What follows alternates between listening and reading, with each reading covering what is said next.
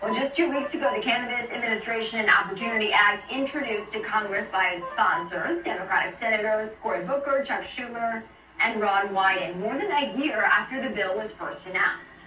The legislation would remove cannabis from the federal list of controlled substances, but likely faces stiff opposition in the full Senate. Well, U.S. Senator Cory Booker joined Cheddar News reporter Chloe Aiello to discuss the path forward for cannabis legalization. Senator, thank you so much for joining us. Now, you've officially introduced the CAO Act, and it contains changes from the draft legislation unveiled last year, notably revisions including drug testing policies, federal standards for drug driving, and banking provisions, among other things. But it doesn't reduce a hefty 25% excise tax for big companies or the FDA's role in regulating cannabis, which were two areas of concern among the cannabis industry. So how are you feeling about what the bill contains now and its odds of passage as well? Well, it's a light years jump from anything that's ever been proposed before. This is the most comprehensive bill on marijuana.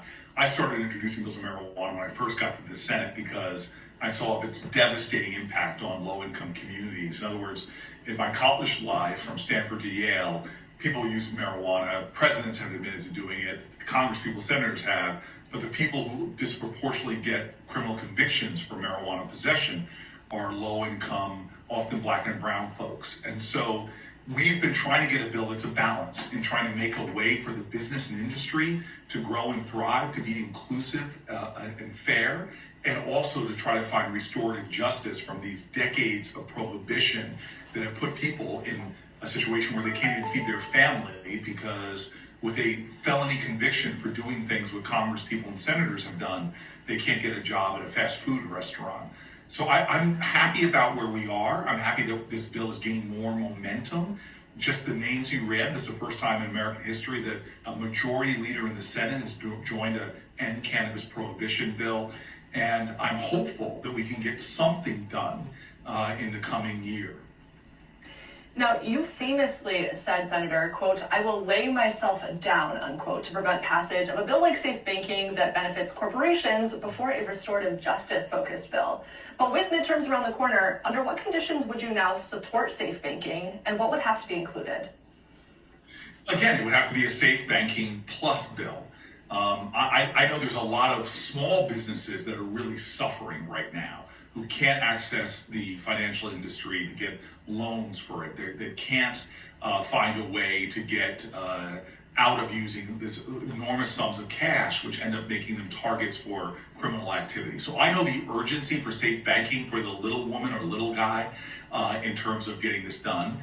But I also know that if we get that done, which is being pushed by large corporations and other large financial interests, we will leave behind the millions of Americans who've had themselves or their families affected by these low-level drug trades. Remember, in 2019, there are more marijuana-related convictions in America than all violent crimes combined.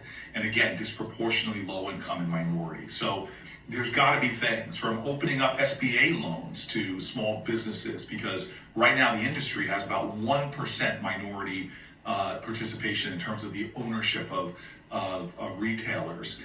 So we want to make sure that people who are getting in have a level playing field for accessing capital, expungement of records, which is really important, and other things that I think should not be that hard to get in some kind of compromise. Now, you said you're hopeful that something will happen before the midterm elections. How likely is it that you will get enough of your Senate colleagues on both sides of the aisle on board to pass some sort of cannabis reform before then? And, what would that look like? Well, again, I look at this more as this Congress. The midterm elections through January are the windows we have a chance to get something done. Remember, we are seeing things that folks don't realize, from abortion, as we saw in Kansas, a red state overwhelmingly voting in support of reproductive rights, all the way to red states on referendums voting overwhelmingly in favor of legalization. These are issues that I think are bigger than our normal partisan divide.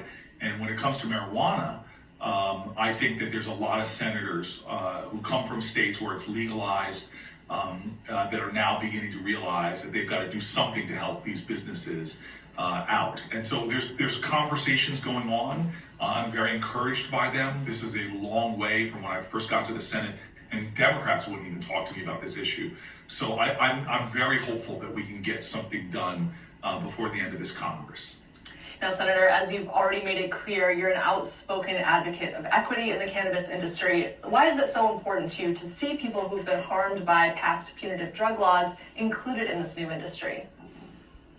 Look, I'm the only senator that lives in a low-income black and brown neighborhood. I've lived here since I started my time at a law school in the neighborhood I live in, and I've seen how low-level marijuana convictions destroy lives. And it was so offensive to me to go to these elite academic institutions and see the same kinds of drug use, but having a very different justice system if you were privileged versus if you were a low income. And that's wrong. We cannot be a nation where, as one author calls it, where there's a new Jim Crow. In other words, we are going to over-incarcerate for nonviolent drug offenses low-income people, black and brown people, veterans, and we're going to not turn a blind eye towards the other people that are breaking laws. Remember, from the vice president to former presidents, we've had people talk openly about their drug use that did not have legal consequence for their lives. Why should it be so impactful, permanently impactful, to young people in my community who are going to carry for the rest of their lives? Every application that they make for a loan, every application they make for a job, have to check that box that they have a nonviolent marijuana-related crime. So I want to make sure that as everybody's rushing to legalize, don't forget about the people who've really suffered from, and their families who've really suffered from marijuana prohibition.